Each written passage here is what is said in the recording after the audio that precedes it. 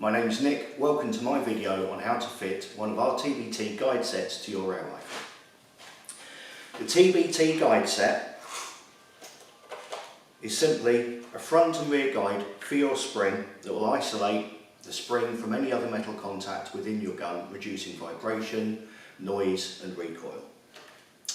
Inside you'll find one of our new two-part rear guides, the flange and the shaft. Simply put the shaft through the flange so that the shoulder sits flat in the recess.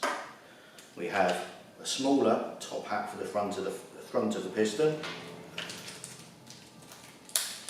And inside this packet here we have a slip washer with a small hole which goes with the top hat, and two power washers should you need them to be used at the rear of the spring. The first thing you do, get your piston. Now if it's an HW one, there's a good chance you'll find some weights like these down in front of the piston there, held in by a small black O-ring. Simply use a small pick or screwdriver to push them out towards the rear. The first thing we need to do is check the fit of the guides inside your spring. Ideally you want a clockwise twist to put it in or to remove it. If it's too loose it won't work. If it's too tight you won't be able to get it in there. Now if it is too tight, here's a handy tip. If it's going in but not all of the way, simply get an M10 nut and bolt, put your guide or top hat onto the bolt, fasten it with the nut, put it into a cordless screwdriver, and then with the wet and dry paper supplied in the box, gently take it down to the size that you require.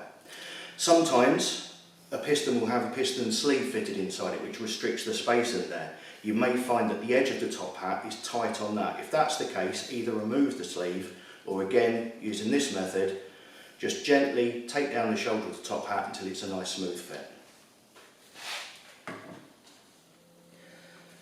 The next thing we want to do is insert the parts into the piston.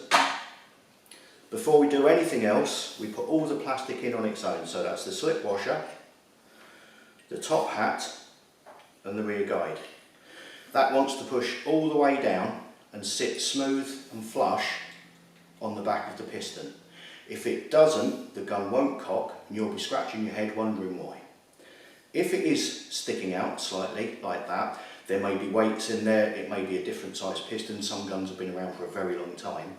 All you have to do is measure this distance, then take it off of there on the rear guide with a junior hacksaw or similar, smooth it up with the wet and dry paper, check it again, make sure it fits, and then there you go. So once that's done, I would recommend that you put the piston into your cordless drill, polish it up on the outside with wet and dry paper, medium, then fine, then auto, so to get a nice smooth polish on there. Then just re-lube it sparingly and fit everything back into the rifle. Please check my other videos. I'll be doing one on the maxi kits, and I'll also be doing one on the short stroking, why you short stroke, how you short stroke, etc.